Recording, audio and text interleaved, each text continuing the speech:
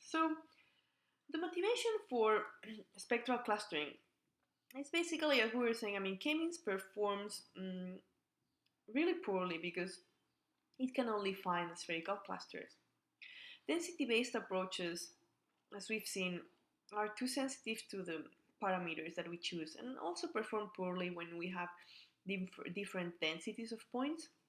So what happens when we want to look into complex distribution of points, complex shapes of points? Spectral clustering performs actually really nicely.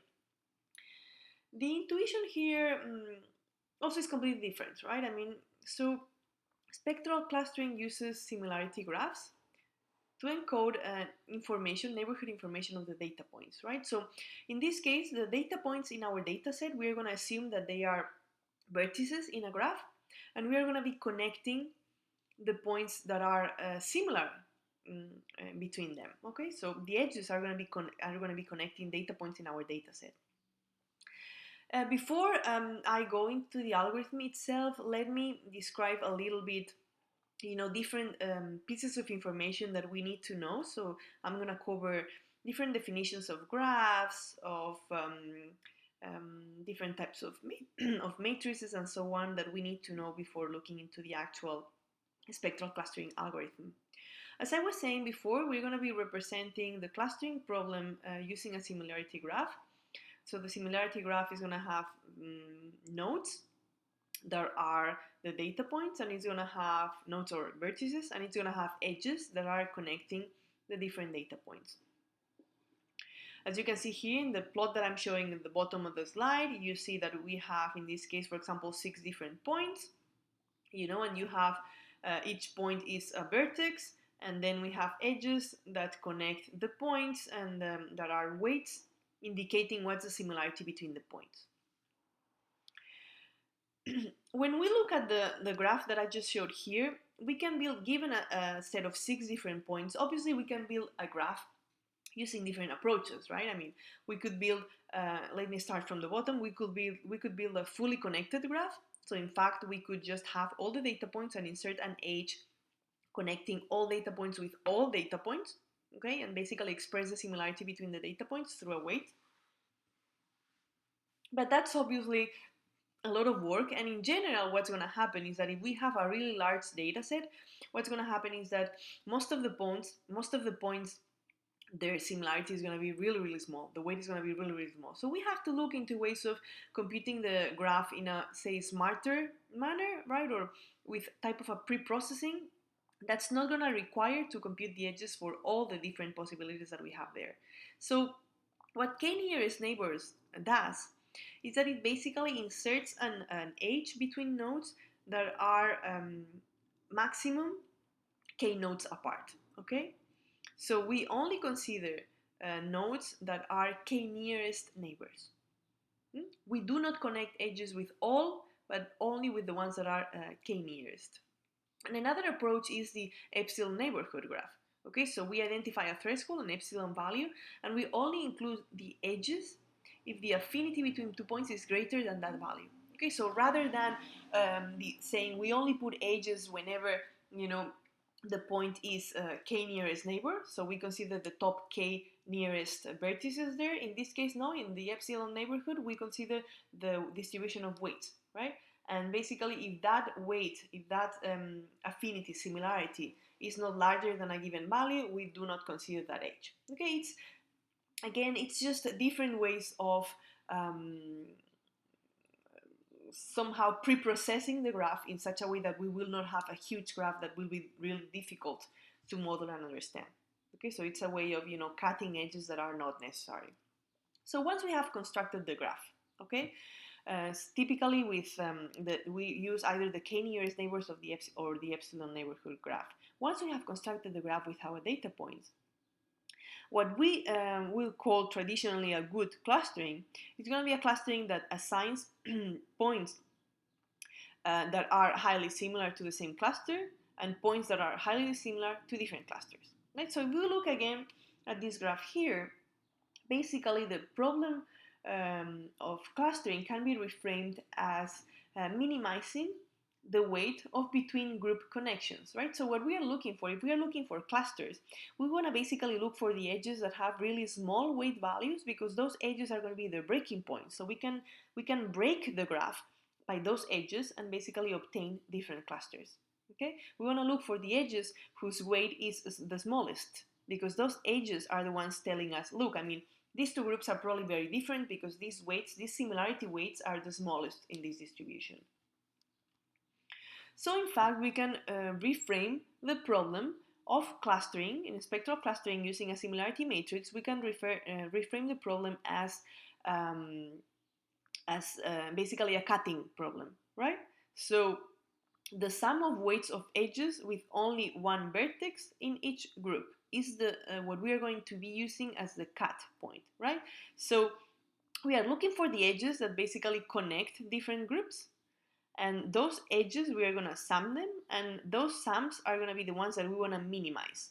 Obviously, initially we don't know those clusters, that's what we're going to find, okay? But just so that you understand the process, it's basically going to explore, all the different edges as potential edges where we could cut the graph. So in this case, the minimal cut for this specific example would be defined as, the sum of the weights for the edges that connect the two groups. If we don't know what the groups are, which is in fact the real scenario, then we can play around with, all the different possibilities, taking a look into, the different edges that might be putting together different clusters. So we'll be summing up the weights from different edges and basically choosing the sum that is the minimum one, because we'll use that as part of the minimal cut. Now, the problem of identifying a minimum cut, okay, so we have redefined the problem of clustering as, clustering in a similarity matrix expressed as a graph, and we have reframed this as a cutting problem. But basically, the cutting problem in graphs is NP hard. So we are going to use an approximation, okay? And the approximation that spectral clustering uses is basically the Laplacian matrix, okay? So the Laplacian matrix is defined using the degree and the similarity matrices. So let's look into how these two are defined, and then we'll go to the spectral clustering algorithm. The degree matrix is a diagonal matrix, meaning that we have only values in the diagonal and all the other values are zero. And the degree matrix expresses what's the total weight of the edges incident to that vertex. So we have the matrix on the right hand side. It has as many rows and columns as data points we have. And basically, because each data point is a vertex in our graph, the diagonal is going to have what's the total weight of all the edges that are incident to each of the data points that we have, each of the vertices that we have in our graph. So for example, I don't know, if you look at x4 has 3 incident edges, which sums up to 1.7. On the other hand, the similarity matrix is also an n by n matrix, so it has as many rows and columns as points we have. But in this case, what each cell is going to represent in the similarity matrix is what's the edge weight between two given vertices. So for example, if we take the x2, x1, what this means is, what's the similarity between these two data points in our data set, and the similarity again is the weight of the edge that connects the two. So if we look at the edge that connects point 1 with point 2, in fact the weight there is 0.8, and that's the value that we see in the matrix. Similarity matrix, remember that it's symmetric. Let me review also another concept. So we've seen what degree matrix is. We've seen what the weight or the similarity matrix is. We also need to review what eigenvectors and eigenvalues are. Okay, so hopefully you will all remember your linear algebra classes. But basically, whenever we have an n by n matrix as the ones that we have defined, both the degree and the similarity matrices, we'll say that the number lambda is an eigenvalue of A if there exists a non-zero vector V such that A multiplied by V equals lambda by V. And so lambda is going to be the eigenvalue of A, and V is going to be called the eigenvector of A corresponding to that eigenvalue lambda. Okay? It's important to remember this because The spectral clustering algorithm is based on eigenvectors. Okay, so it's important to remember, exactly what an eigenvector and an eigenvalues are. So now, as I was saying, spectral clustering algorithm uses the Laplacian matrix. The Laplacian matrix is basically the difference between the degree and the weight, or the similarity matrix. It's the one that I'm showing there. I mean, that matrix is that the result of subtracting the similarity or weight matrix from the degree matrix, right?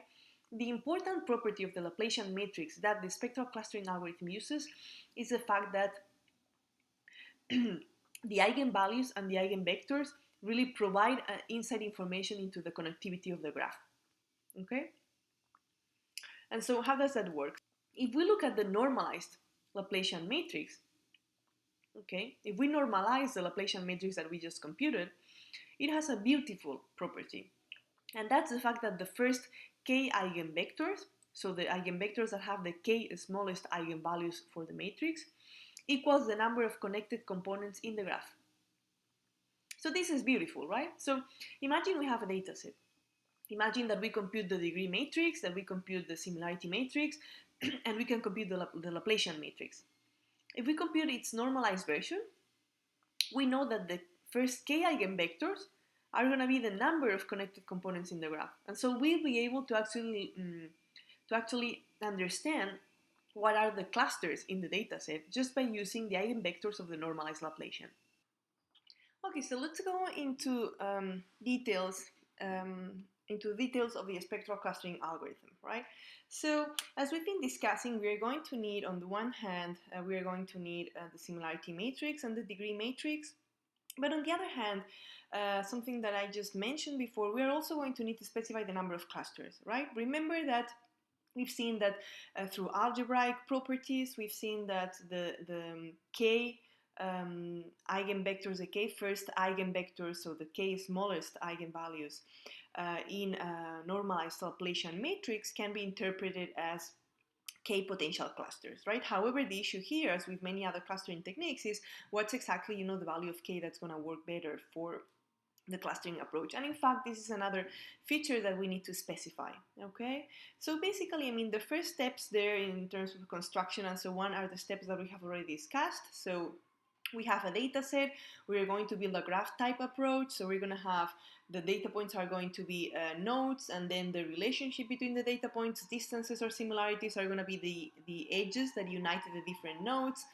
And we are going to compute two different matrices, the similarity matrix that basically computes the similarity between the different data points, and the degree matrix that computes the diagonal matrix, and it's basically a representation of the weight of the incoming vertices to each of the nodes that we have.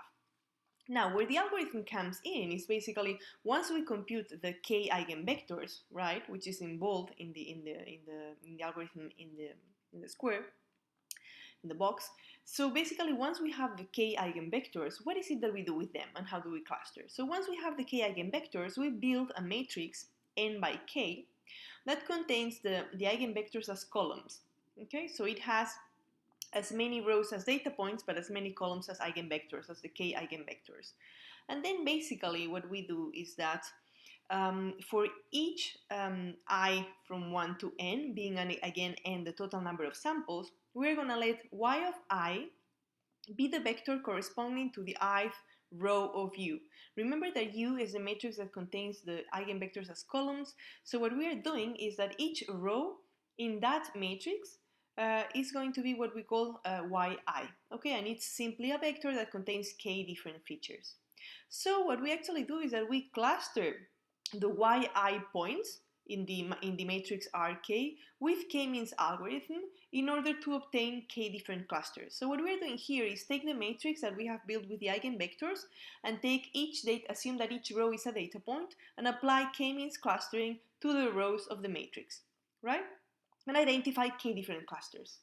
And basically now what we need to do, this is similar to clustering in basically another dimension, sort of, because we are clustering rows in a matrix whose column vectors are the eigenvectors. And so basically we need to translate the k cluster C1 to Ck that we have computed with the eigenvectors to the original data set that we had to begin with, okay? And so the way we translate from one type of cluster to another one, it's by saying, okay, for every yj in a given cluster ci, what we do, yj, j is going to be the row number, okay? So basically, if I have a data point which was in the row j of rk, okay, and that data point was a member of cluster ci, basically the data point in line j in the original data set is going to be a data point in cluster ai, okay? So it's basically just a way of saying, okay, we have the normalized Laplacian matrix, we know the property of the eigenvectors, and then basically we build a matrix with those eigenvectors and cluster on the rows, and then translate the clusters that we've gotten to the clusters in the actual data set. That's what the output is doing, right? The most important steps here are basically the last three: the let u in R nk be the matrix containing the vectors. Then the four, what we do is that we define each row as being, you know, a potential data point to cluster, and then finally cluster the points and the output. Those are the important elements of this algorithm. And now, as I was saying, I mean, here we need to determine the feature. So finding the value k for k-means is not always straightforward, right? Because basically, how do we know what's, you know, the ideal value for that k? So sometimes, you know, building something like histograms of the data might help. And so typically what's going to happen is that we will observe a gap in the eigenvalues associated to the eigenvectors. So for example, here we see that, you know, we have four eigenvalues which are kind of similar, and then there's a really large gap between the fourth and the fifth eigenvalues. So what this is telling us is that probably k equals 4 is a good value. Again, I mean, this is just, we've just scratched the surface on what spectral clustering is. If you're interested in the original paper, this is the reference. If you're interested in papers that apply spectral clustering, I can also give you some references to that. And we'll see, you know, how to execute this in